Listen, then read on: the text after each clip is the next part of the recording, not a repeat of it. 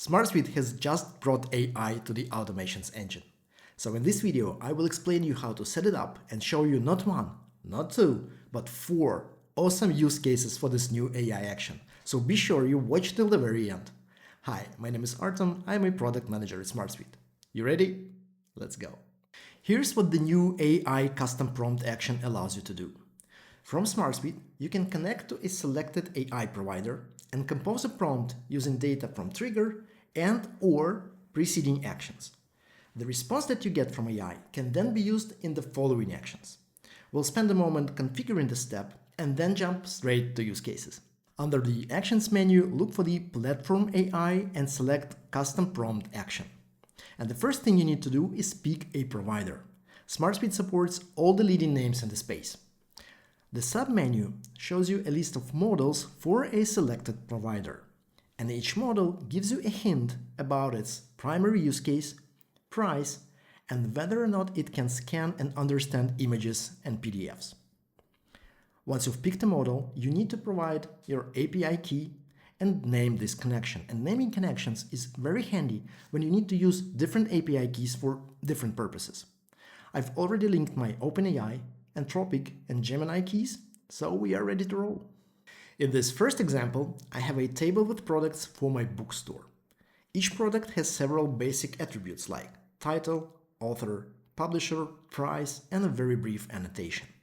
And my goal here is to generate a SEO-optimized product description that I can use on my website. I want this workflow to run when I click a button, so this is going to be my trigger.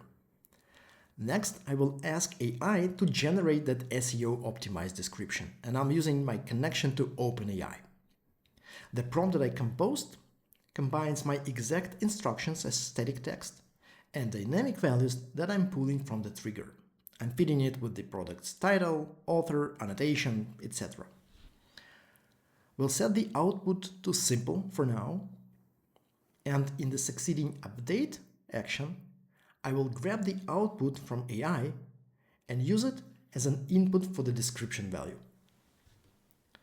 Let's give it a test run. Here we go, and this seems to be quite a decent book description. What if I needed that description to be generated in several different languages, say English, Spanish, and Italian?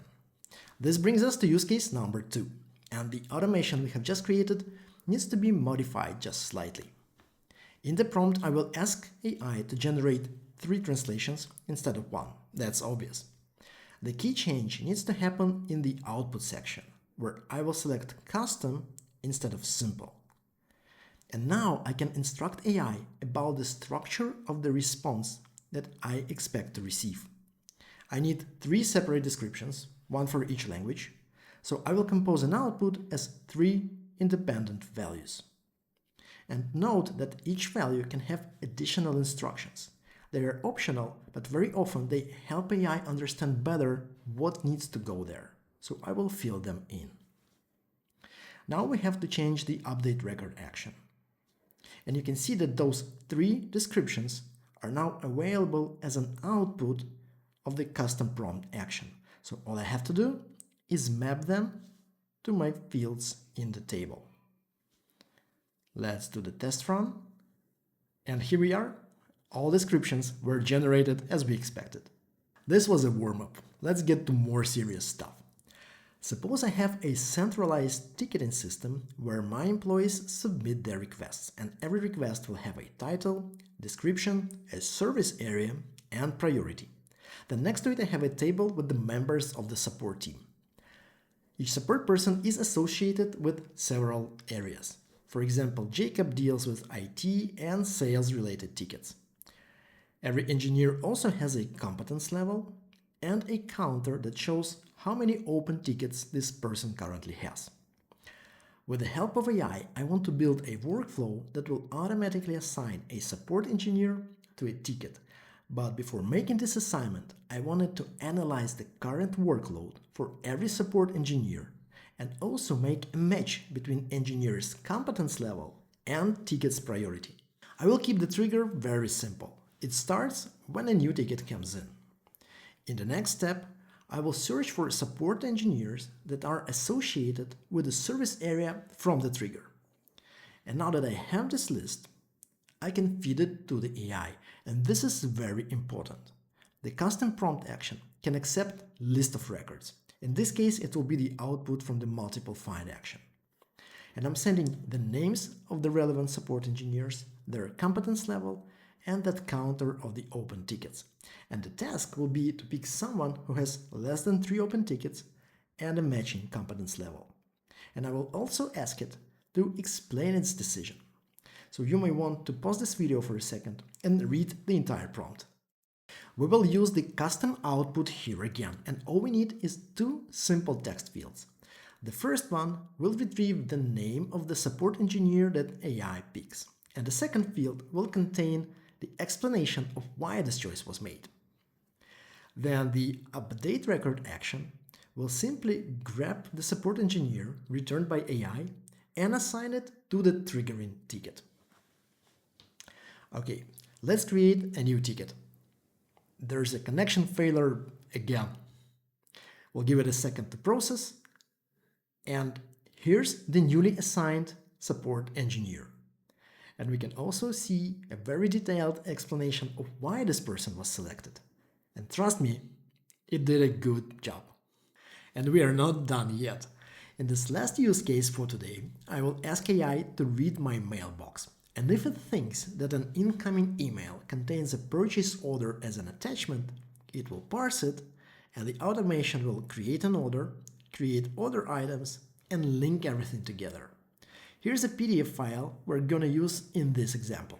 As a trigger, I will use when a Gmail is received, and I will add a condition to watch out for the attachments count. In the custom prompt action, I have to pick a model that is capable to scan PDFs. In the instructions as a first step, it needs to scan the file and decide if it is a purchase order or not. And if it thinks it is, it needs to find a customer name and grab information about the purchased products. And now I need to build the right output structure. I will ask it to return customer name and purchase order number as standalone values. But we need to define the structure to capture the list of purchased items. So it needs to be a list of objects where every object represents a line item. So I will add a node for the list first, then I will add a node for an object, and now I can add all the fields that I expect to receive inside that object. And again, know that I'm adding additional instructions for every field separately. The succeeding actions will have to digest the output from the custom prompt, and we'll create the purchase order record first. Of course, we want to link it to a customer that hopefully AI action will return. Next, we need to run a loop against the list of objects. Where do we get that list from? It's a part of the AI output that contained a list of PO lines. So inside the loop, we'll create order items using product name, line number, quantity, and price, all provided by that AI output. And of course, each order item needs to be linked to the purchase order that we have just created in the previous step. We are all set, so let's send that email now. Here's our purchase order, and it's linked to a correct customer. Here are the lines, and all values are in place. And we can also check that the PO total in SmartSuite matches to the PO total in PDF. And finally, let's check the run history. It will show you the response from the AI, so you could troubleshoot and adjust your prompt if needed. It also shows you the amount of consumed tokens to help you better understand the consumption. This concludes the introduction to AI action in SmartSuite automations.